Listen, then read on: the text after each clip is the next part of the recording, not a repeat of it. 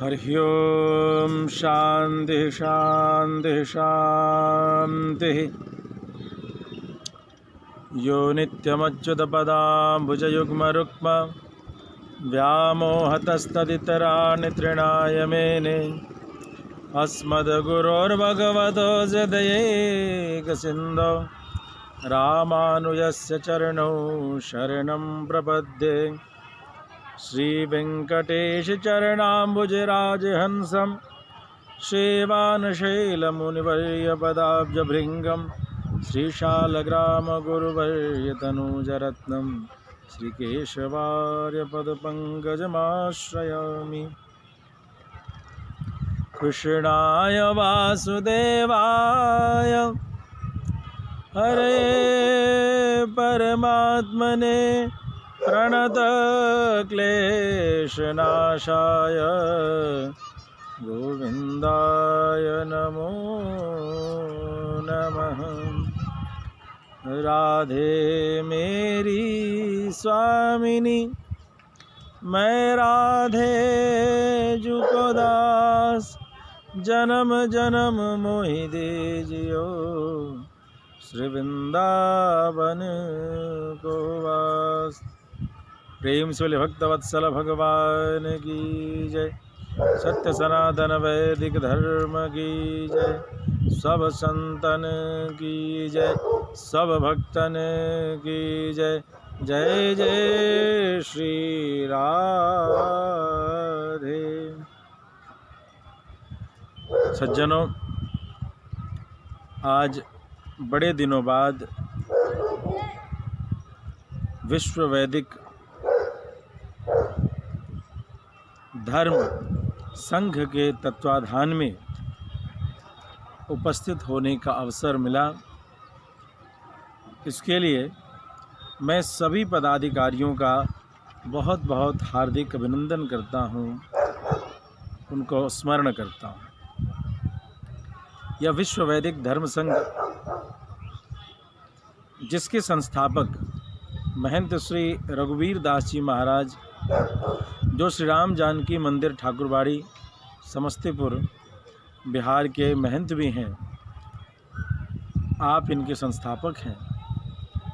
राष्ट्रीय अध्यक्ष यज्ञाधीन नाम से सुप्रतिष्ठित आचार्य श्री चंद्रशेखर जी महाराज, राष्ट्रीय उपाध्यक्ष पंडित श्री राम कल्प उपाध्याय जी, राष्ट्रीय संयोजक आध्यात्मिक गुरु आचार्य सतीश शास्त्री जी, महासचिव डॉक्टर विश्वंभर पाठक, सचिव पद को समलंकृत करते हुए आचार्य श्री संजय कुमार झा, राष्ट्रीय प्रवक्ता आचार्य श्री राजीव झा, मीडिया प्रभारी संजय शुक्ल शास्त्री जी, स्वतंत्र मीडिया प्रभारी श्री सूबेदार उपाध्याय जी, एवं अन्य जितने भी संघ के कार्यकर्ता हैं, वक्ता हैं, प्रवक्ता हैं, प्रचारक हैं, प्रसारक हैं, इन सभी का हृदय के अंतरंग अतल गहराइयों से मैं इन सभी का सादर नमन, अभिनंदन, स्मरण करता हूँ। येषां संस्मरणात् पुंसां, जिसके स्मरण करने से ही घर पवित्र हो जाए, ऐसे संतों का, विद्वानों का सदैव ही स्मरण करते रहना चाहिए। सज्जनों के स्मरण करने से गृहस्थी धर्म पवित्र होता है। और वास्तविकता तो यह है कि यह भाव लंकिनी भी जानती थी। तात स्वर्ग अपवर्ग सुख धैर्य तुला एक अंग, तूल न ताहि सकल मिली जो सुख लव सत्संग। तो संतों की संगति, विद्वानों की संगति यह अत्यंत आवश्यक है, और विशेष करके कलयुग में तो यह अत्यंत आवश्यक है, क्योंकि कलयुग में हर जगह भ्रम है, हर जगह तमस का प्रचार है, हर जगह अज्ञानता का प्रचार है। ऐसी परिदृश्य में जब ज्ञान की खोज की आवश्यकता पड़े, जब प्रकाश के खोज की आवश्यकता पड़े, जब उस अमृत तत्व के खोज की आवश्यकता पड़े, तो दूसरा कोई और सुगम मार्ग नहीं। संतों की शरणागति, भगवान के प्रिय मधुर भक्तों की संगति, गुरुजनों की संगति, यही एक सबसे सरल औषधि है जो कलयुग के दोषों का नाश कर सके। आज का दिवस अत्यंत ही स्मरण करने योग्य, और यह एक ऐसे महानतम व्यक्तित्व के अवतरण दिवस के रूप में मनाया जाता है, जो महान व्यक्तित्व भारतीय दर्शन को, जिन्होंने इस कली काल में इतनी सुगमता, सुलभता, सरलता के साथ स्थापित किया कि संपूर्ण विश्व, पाश्चात्य जगत के भी लोगों ने यह माना कि भारतीय दर्शन आज भी उतनी ही ऊर्जा के साथ संपूर्ण विश्व को नव शक्ति, नव ऊर्जा प्रदान कर सकती है, संपूर्ण विश्व को आनंद, कल्याण, मंगल के मार्ग पर ले जा सकती है। सज्जनों, आज का दिवस स्वामी विवेकानंद के जन्मदिन के रूप में मनाया जाता है, और जब भी कभी स्वामी विवेकानंद का नाम आता है तो उनकी दो बातें, या यूं कहें दो सिद्धांत जो उन्होंने दिए जीवन में, वो सबके मुख पर आता है। एक प्रथम सिद्धांत, गर्व से कहो हम हिंदू। हमें गर्व, इस बात पर गर्व होना चाहिए, गौरव होना चाहिए कि हमारा जन्म भारत में ही नहीं, भारतीय परंपरा का निर्वहन करने वाले हिंदू धर्म में हुआ। हमें गौरवान्वित होना चाहिए कि हमारा जन्म जो है सो हिंदू परिवार में। सज्जनों, और एक दूसरी पंक्ति जो कठोपनिषद के 14वें मंत्र के रूप में स्थापित है, उसका एक अंश स्वामी विवेकानंद सदैव कहा करते थे, उत्तिष्ठ जाग्रत प्राप्य वरान निबोधत।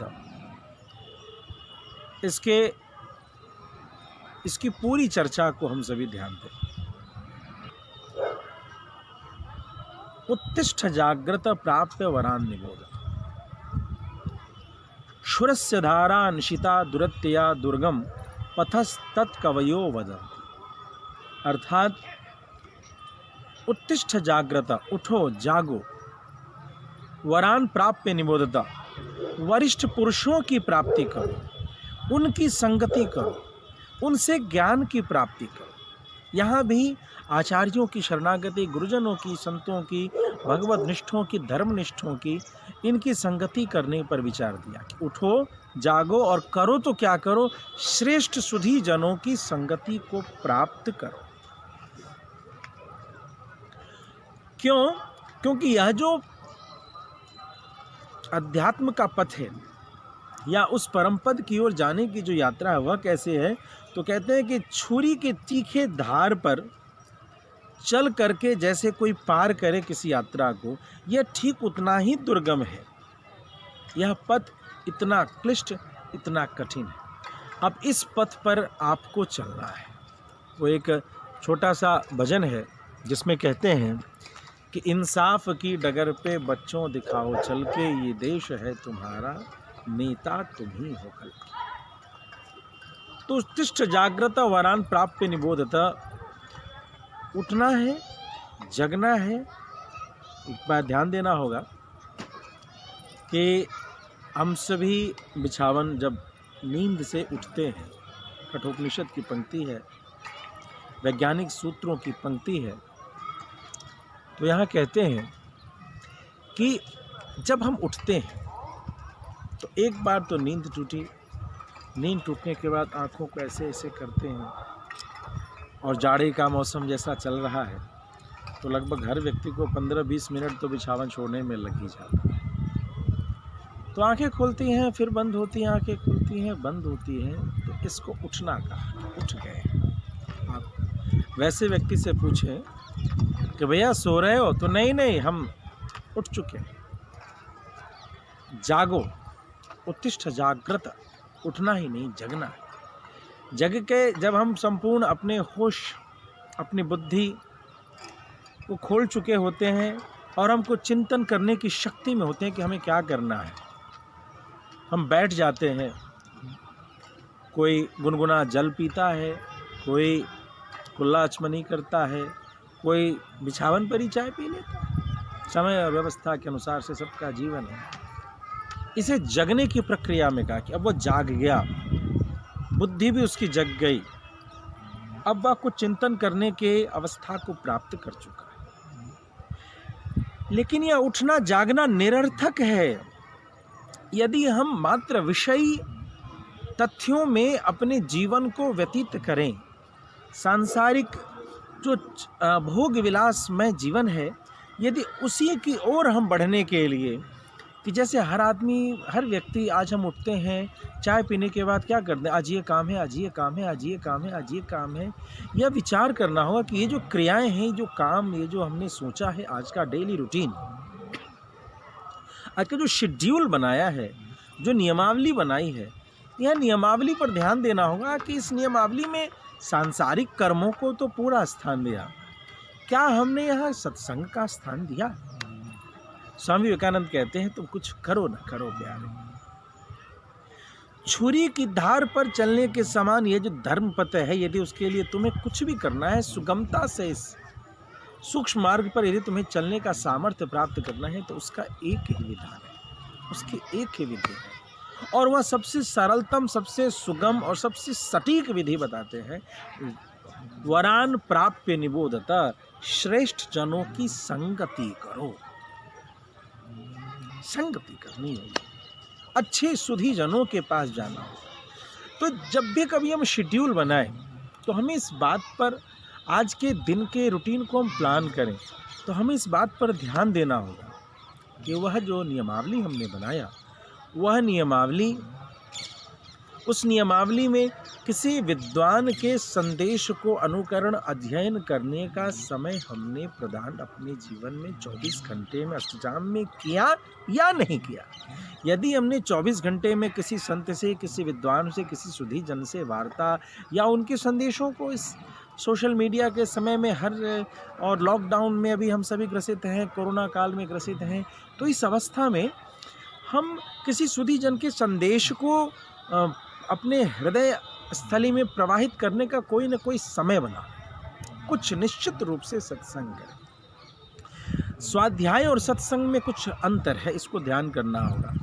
बहुत सारे जो हमारे हिंदू धर्मावलंबी हैं, उन सज्जनों के जीवन में देखा क्या जाता है कि वे होते बड़े धार्मिक हैं और बड़ी सज्जनता के साथ, सरलता के साथ जीवन यापन करते हैं, बड़ी ईमानदारी के साथ, बड़ी सच्चाई के साथ जीवन यापन करते हैं। घर में नित्य 2-4 दोहे का उनके यहाँ पाठ भी श्री रामचरितमानस का होता है। कोई हनुमान चालीसा पढ़ता है, कोई सुंदरकांड पढ़ता है, कोई गीता के 1-2 श्लोकों का नित्य अनुसंधान करता हुआ दिखता है, कोई पार्थिव महादेव का पूजन करता हुआ दिखाई पड़ते हैं, कोई किसी मंदिर में जाने की नियमावली बनाए हुए दिखाई पड़ते हैं, कोई भागवत के 1-2 अध्याय का पारायण पाठ करने वाले दिखाई पड़ते हैं। लेकिन यहाँ यह सोचना होगा कि एक चीज़ की कमी दिखती है। वह कमी क्या है? तो वह कमी यह है कि क्या किसी संत के पास, क्या किसी श्रेष्ठ के पास, क्या किसी विद्वान के पास, या उनके साथ या उनके संदेशों को प्रत्यक्ष या परोक्ष रूप से हमने सुनने का, समझने की चेष्टा की या नहीं? ध्यान दें, लंका की लंकिनी की बात हो, कठोपनिषद का आया वह मंत्र जिसे स्वामी विवेकानंद जैसे श्रेष्ठ व्यक्तित्व उद्घोषणा के रूप में प्रयोग कर रहे हैं, प्राप्य वरान निबोधता, वरान प्राप्य निबोधता, यह जो हिस्सा है, इस पर ध्यान देना, यह में ध्यान देना होगा। वरान प्राप्य निबोधता। तो प्रेमियों, सज्जनों, आप सबसे करबद्ध एक निवेदन है कि हमें सत्संगति को करने की अत्यंत आवश्यकता है। स्वामी विवेकानंद का यह जन्म दिवस एक अवसर है कृत संकल्पित होने का कि हम स्वाध्याय तो जरूर करें, लेकिन स्वाध्याय के साथ साथ सत्संगति भी करें, भगवान के भक्तों के साथ कुछ चर्चा जरूर करें, जिन्हें वेदों में प्रवेश हो, जिन्हें शास्त्रों में प्रवेश हो, ऐसे आचार्यों के ज्ञान प्रवाह में भी हम डुबकी लगाते हैं। मैं इसके लिए विश्व वैदिक धर्म संघ का हृदय से आभार व्यक्त करता हूँ। इस कोरोना काल में जहाँ सभी जगह भय, त्रासदी, विषाद की अवस्था थी, विश्व वैदिक धर्म संघ का उत्थान होता है और प्राप्य निबोधता वर श्रेष्ठ गणों को, विद्वानों को एक ऐसा मंच उपस्थित करना जिस मंच में आप इन श्रेष्ठ सुधी जनों से निवेदन करते हैं और आपका यह अथक प्रयास कि आप भारत ही ने विश्व के कोने कोने से विद्वानों को जोड़ करके उनके द्वारा स्वतंत्र रूप से जो समकालीन रूप से आवश्यक विषय हैं, जो सामान्य रूप से जो हमारे हिंदू धर्मावलंबी हैं, भारतवर्ष में रहने वाले धर्मावलंबी और भारत से इतर अन्य देशों में भी जो हमारे हिंदू प्रेमी गण हैं, बंधुगण हैं, या जो हिंदुत्व के सिद्धांतों को समझने वाले लोग हैं, उनमें चेष्टा रखने वाले जो प्रेमी सुधीजन हैं, ऐसे प्रेमियों की शंकाओं को दूर करने के लिए जो एक मंच तैयार किया, यह मंच अवश्यमेव स्वामी विवेकानंद का यह जो संदेश रहा है कि श्रेष्ठ जनों की प्राप्ति करो, उसको चरितार्थ करने वाला यह मंच प्रतिपादित होता है, यह प्रमाणित होता है। अतः मैं जितने भी हमारे दर्शक हैं जो ऑनलाइन हैं, उन सबों का हृदय से स्वागत करते हुए उन सबसे निवेदन करता हूँ कभी कि आप इस विश्व वैदिक धर्म संघ से अन्य लोगों को जोड़ें और उन सबसे निवेदन करें कि न्यूज़ 19, कभी नवभारत न्यूज़ के तत्वाधान में के सहयोग से हम सभी इस आयोजन को कर रहे हैं, इसका लाभ ज़्यादा से ज़्यादा लोग उठावें। कि और भी हमारे श्रोतागण से एक बात रखना चाहूँगा, यदि आपके हृदय में किसी विशेष विषय पर कोई चर्चा हो, कोई विशेष शंका हो, तो निर्भीकता के साथ स्पष्ट शब्दों में आप हमारे संघ के इन कार्यक्रमों के माध्यम में, ये जो लाइव वीडियोस हैं इनके माध्यम से, या फिर जो नंबर आपके पास दिए जाते हैं जो इनके बुलेटिन्स में, उन नंबरों पर व्हाट्सएप के माध्यम से, मैसेज के माध्यम से, कमेंट के माध्यम से आप अपनी शंका को ज़रूर उपस्थित करें। हमारा विश्व वैदिक धर्म संघ प्रयास करेगा कि आपकी उस शंका के निराकरण को किसी न किसी श्रेष्ठ विद्वान के द्वारा उस शंका का निराकरण किया जाए, जिससे कि आपको विशेष लाभ मिले। और आपके प्रश्नों का ध्यान यह देना होगा, सांसारिक प्रश्न का लाभ तो किसी एक व्यक्ति को हो सकता है और इसीलिए सांसारिक प्रश्नों को स्वार्थपूरक प्रश्न कहते हैं। लेकिन जब भी कभी पारमार्थिक प्रश्न हो, जीव और ब्रह्म के मध्य के संबंधों को, तारतम्यता को अध्ययन करने के विषय में, उस संबंध में कोई जिज्ञासा होती है, तो वह सिर्फ किसी एक प्रश्नकर्ता के हृदय को पल्लवित, आनंदित या उनके शंका समाधान के लिए दिया गया उत्तर ही नहीं होता, अपितु कई बार कुछ ऐसे भी साधक होते हैं जिन्हें उनकी शंका भी नहीं पता होती और वे भ्रमित हो रहे होते, उन्हें यह भी नहीं पता था कि वो खोज क्या रहे हैं, और वे भ्रमित इस ऐसे भ्रमजाल में फंसते हैं कि वे उलझे हुए तो महसूस करते हैं, अनुभव करते हैं, लेकिन अपनी उलझन भी नहीं रख पाते। ऐसे उलझनों को जब निराकरण मिलता है उन्हें, तो उन्हें पहले तो यह प्रश्न समझ में आता है, किस कारण से मैं उलझा हुआ था, और दूसरा, वैसे प्रश्नों से ऐसे तमाम उलझनों में उलझे हुए जो प्रश्नकर्ता, जो जिज्ञासु बंधु हैं, उन अनेकानेक सुधी जनों को, साधक जनों को जो है उसका विशेष लाभ होता है। आप ज़रूर कमेंट में ऐसे प्रश्नों को उठावें और हमारा विश्व वैदिक धर्म संघ उन प्रश्नों के उत्तर के लिए भरपूर चेष्टा करेगा। और विशेष प्रसारण जो ये किए जाते हैं, इनका मूल उद्देश्य यह है कि हमारे हिंदू धर्म में उठे हुए समस्त शंकाओं का निराकरण किया जाए। साथ ही साथ आप हमारे संघ से, हमारे संघ के मंच से अन्य लोगों को भी जोड़ें। इसके लिए एक और छोटा सा उदाहरण दें कि हमारे घर में जब भी कोई मीठा पकवान, पूड़ी या कोई अच्छी सी प्यारी सी पूरे पकवान बनते हैं, तो हमारी माता बहनों का एक प्रथा है, कि एक चाल चलन है जिसको हम कहते हैं सामाजिक उठना बैठना। वह क्या है कि जब भी कभी पुआ पकवान अच्छा बनता है तो हम क्या करते हैं कि पड़ोस में किसी के पास, जिनसे हमारा जन्मदिन हमारे यहाँ हो, सत्यनारायण प्रभु की कथा हो, या कोई भी छोटा भी उत्सव हो, या यूँ ही कोई अच्छी चीज़ बने, तो हम क्या करते हैं, माताओं को हमने देखा वो एक थाली लिया, उसमें एक पुआ रख दिया, एक पूड़ी रख दिया, एक खीर रख दिया, थोड़ा सा जो भी कुछ बना, सब्जी साग भाजी रख दिया, उसे ढक करके पड़ोस में गए, बहन ये लो आप और इसे पाओ।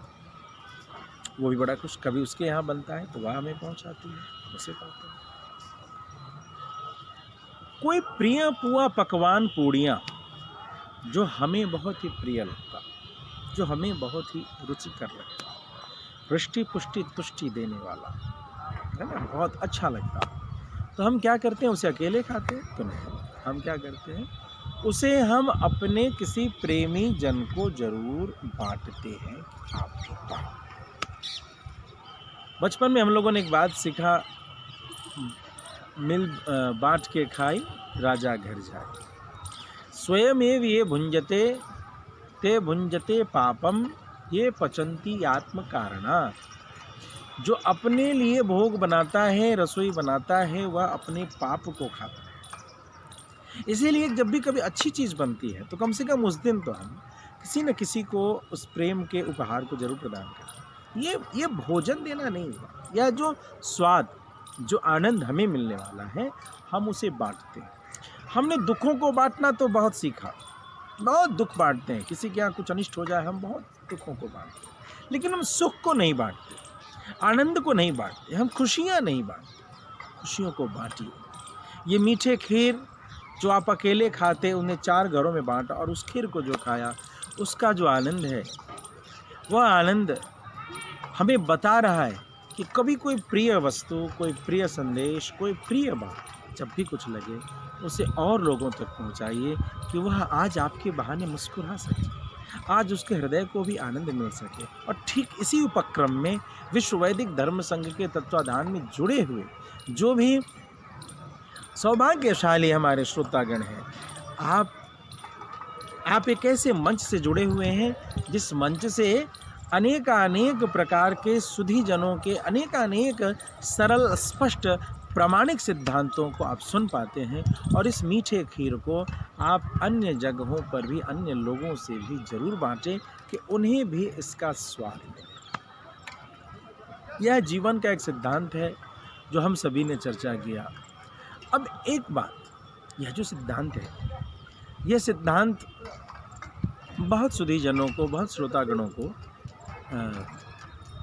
यह जानकर बड़ा हर्ष होगा कि धनु संक्रांति से मकर संक्रांति तक, जब सूर्य की गति धनु संक्रांति से मकर संक्रांति तक रहती है, उस संपूर्ण मास को धनुर्मास के रूप से जाना जाता है। धनुर्मास्य जो है उपासना की दृष्टि से बड़ा ही आवश्यक है, और वैष्णवों के द्वारा यह एक उपास्य मास है। यह कैसी प्रथा है, कहाँ से चली आई? तो मैं दक्षिण भारत के तिरुचिरापल्ली, जिसको त्रिची भी कहते हैं, वहाँ उपस्थित रंगनाथ मंदिर,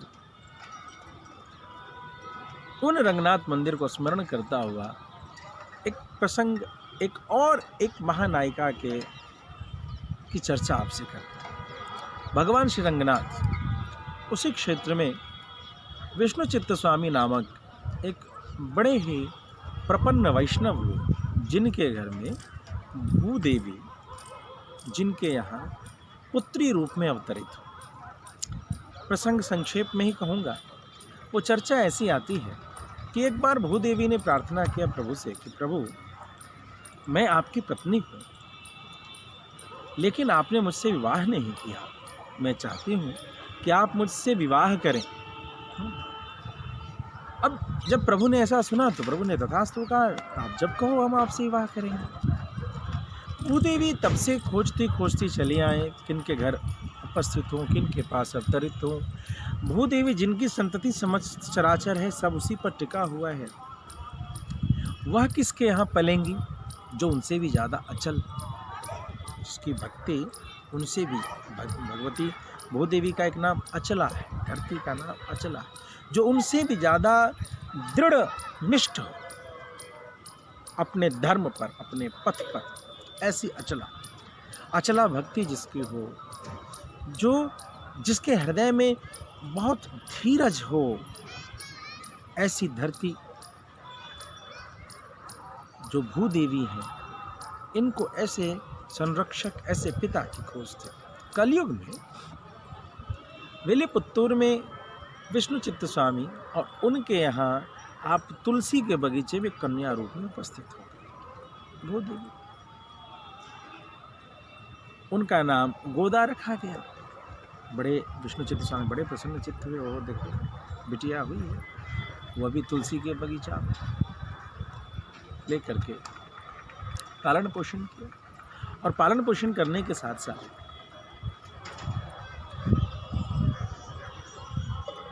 जैसा पिता अपने गुण, अपने संस्कार का भी वसीयत प्रदान करे। पिता सिर्फ वह नहीं है, इस भौतिकवादी युग में या हम आधुनिक विकास से युक्त जो यह समय चल रहा है, इस समय में गुणों से युक्त वसीयत को वसीयत नहीं मानी जाती, धन के ही वसीयत को वसीयत माना जाता है। कई बार ऐसी चर्चा सुनने को मिलती है, ये जो वर्ण व्यवस्था थे या यह जो आश्रम व्यवस्था, वर्णाश्रम व्यवस्था जो है, वर्णाश्रम व्यवस्था का विरोध या उसे अप्रायोगिक कह कर के परिभाषित की जाती है और लोग इसकी चर्चा करते हैं। ध्यान देना होगा वर्णाश्रम व्यवस्था क्या थी।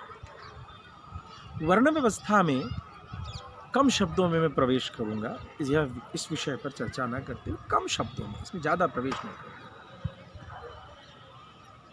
जो भौतिकवादी संपत्ति के वसीयत को तो पिता अपने पुत्र को प्रवाहित करता ही था, साथ में गुणों का जो वसीयतनामा है, गुणों के भी उत्तराधिकारी के रूप में अपने पुत्र को प्रतिष्ठित स्थापित करने की व्यवस्था ही वर्ण व्यवस्था है। वर्ण व्यवस्था को छोड़ करके यदि आप कुछ और भी सोचते हैं तो आपको ज़्यादा नहीं सोचना है, आपको सिर्फ इतना ही चिंतन करना है, या कम शब्दों में इसकी परिभाषा इतनी ही रखनी है कि गुणों के वसीयतनामे को, गुणों का उत्तराधिकारी अपने संतति को न मानना ही आधुनिक विकास में की एक सीढ़ी है या महत्वपूर्ण इकाई है। अर्थात भौतिकवादी संपत्तियों का वसीयत होने का ही अधिकारी या उत्तराधिकारी होने का अधिकारी एक संतति रखे, यही आधुनिक विकास है या यही वर्ण आश्रम व्यवस्था से इतर चिंतन है। मेरी जो दृष्टि कहती है कम शब्दों में इतना ही कि जो वर्ण व्यवस्था है वह कहता है भौतिकवादी संपत्ति के साथ साथ गुणों का भी उत्तराधिकारी अपने पुत्र को बनाया जाए, और जहाँ गुणों का उत्तराधिकारी अपने पुत्र को नहीं बनाया जा सकता या इस व्यवस्था का विरोध कर देना ही आधुनिक विकास या आधुनिक चिंतन है या वर्ण व्यवस्था का खंडन है। तो पिता अपने गुणों को बिटिया को प्रदान करना है, तो बिटिया से कहा, बेटा मैं तो ठाकुर जी की सेवा करती हूँ, और बिटिया भी उधर घूमती थी। तो उन्होंने कहा ठीक है, तुम भी सेवा करना चाहती हो तो ये पुष्प लो और पुष्प का माला बनाओ। अब पुष्प का माला बना कर तैयार करते हैं कुछ 19-20। तो बोला देखो, पुष्पों का माला ऐसे बनाना चाहिए जो खुद को प्रिय लगे, वही भगवान को चढ़ाया जाता है। गोदा समझ गई। अब भगवती गोदा के पास पुष्प रख दिए गए, माला गुथना सीख गई, पिताजी कामों में लग जाते। गोदाम्बा माला बनाती, माला बना करके पहले खुद पहन लेती, पहन करके आईने में इस प्रकार से देख लेती, देखने के बाद प्रसन्नचित्त हो जाते, हो बहुत सुंदर माला बना है, अच्छा लग रहा है। वो खूंटे में टांग देती जहाँ पिता ने बताया। पिताजी आते और आकर के पिताजी को जो उस माला को लेते भगवान श्रृंगार कर दी जाती। समय बीतता चला गया, भगवती गोदाम्बा किशोरावस्था को प्राप्त हुई। एक दिन पिता ने यह देख लिया कि वह माला उसने एक बनाया है और बड़े उत्साह के साथ, उमंग के साथ उछल कूद कर रही है, खेल रही है। पिता ने सोचा कि अब इसका श्रृंगार में प्रेम हो गया है, तो लगता है अब इनका विवाह कर देना चाहिए, ऐसे योग्य लड़का को मुझे खोजना चाहिए। अस्तु। अब इस खोज में थोड़ी देर बाद फिर वो पिताजी आए तो उन्होंने देखा एक ही माला उस खूंटे में लटकी, और ये वही माला जिसको गोदा ने धारण कर रखा था। भगवती गोदा से कहा, बिटिया आपने यह जो माला धारण कर रखा था उसे ही लटकाया है, भगवान के लिए आज माला नहीं बनाया। गोदाम्बा ने तब कहा, पिताजी क्षमा चाहती हूँ, यह तो वही माला है जो मैं रोज़ बनाती हूँ। मतलब यह कि इस माला को मैं नित्य धारण करती थी, देखती थी माला के बूटे कैसे हैं, माला कैसा सजा है, और जब मुझे प्रिय लगता तो ही मैं उसे खूंटी में टांग देती थी और आप इसे चढ़ाते। क्योंकि बाल्यावस्था में बहुत पहले आपने हमें बताया था कि जो खुद को प्रिय न लगे वह ठाकुर जी को, वह भगवान को समर्पित करने से क्या लाभ। अस्तु, उस प्रिय वस्तु को अपने योग्य बना करके कम से कम मेरा चिंतन यहीं तक तो जा सकता है, और वह मैंने तैयार कर दिया। अब तो विष्णुचित्त स्वामी बड़े ही दुखी हो गए। भगवती गोदाम्बा से उनकी बातचीत होती है। विष्णुचित्त स्वामी ने अंत में कहा, बिटिया क्या आप जानती हो एक स्त्री के गले का हार धारण करने का सामर्थ्य कौन रखता है या किसे धारण कराना चाहिए? कौन पिताजी? उसका पति। तो भगवती गोदाम्बा ने कहा कि यदि ऐसा है तो रंगनाथ ही मेरे पति। विष्णुचित्त स्वामी ने जब अपनी बिटिया की आंखों को देखा तो यह देखा कि उसमें दृढ़ता थी। वो बारंबार एक चर्चा करने लगी कि जो जगतपति थे वह गोदापति क्यों नहीं बन सकते। जैसे गोपियों के ऊपर भगवान ने कृपा किया, वह विधान हमें बताए, वह व्रत हमें बतावे, हम उस व्रत उस नियम का अनुशीलन अनुपालन करते हुए हम भगवान रंगनाथ को भी अपने पति रूप में प्राप्त करना चाहते हैं। विष्णुचित्त स्वामी ने तब उन्हें बताया किस प्रकार से मार्गशीर्ष महीना जो विष्णु के समान ही माना जाता है, उस मास में गोपियों ने भगवान की आराधना की थी, और तब जाकर के भगवान ने उन्हें प्रसन्न होकर के वरदान दिया था। और तत्पश्चात महारास में उन सभी गोपियों को भगवान ने रासेश्वर स्वरूप में दर्शन दिया। यह अद्भुत लीला जब उन्हें सुनाई, उसके नियम विधान बताए, तो इसी धनुर्मास को मार्गशीर्ष मास के समान मान करके और कावेरी नदी को यमुना जी के समान मान करके गोपियों के समान अपने उस नगरी के जितनी भी किशोरियां थीं, युवतियां थीं, इन सबको मान करके आप भगवान की आराधना करने लगते। यह जो नित्य प्रति की आराधना है इनकी बढ़ती जाती। भगवान ने इन्हें वरदान दिया कि आपको मकर संक्रांति को मैं दर्शन दूंगा, और मकर संक्रांति को ही भगवान ने इन्हें स्वीकार किया। भगवान ने इन्हें अपने हृदय में समाहित कर लिया। इसी की इस व्रत के उद्यापन के रूप में मकर संक्रांति, और यह मकर संक्रांति संपूर्ण भारतवर्ष में मनाया जाता है।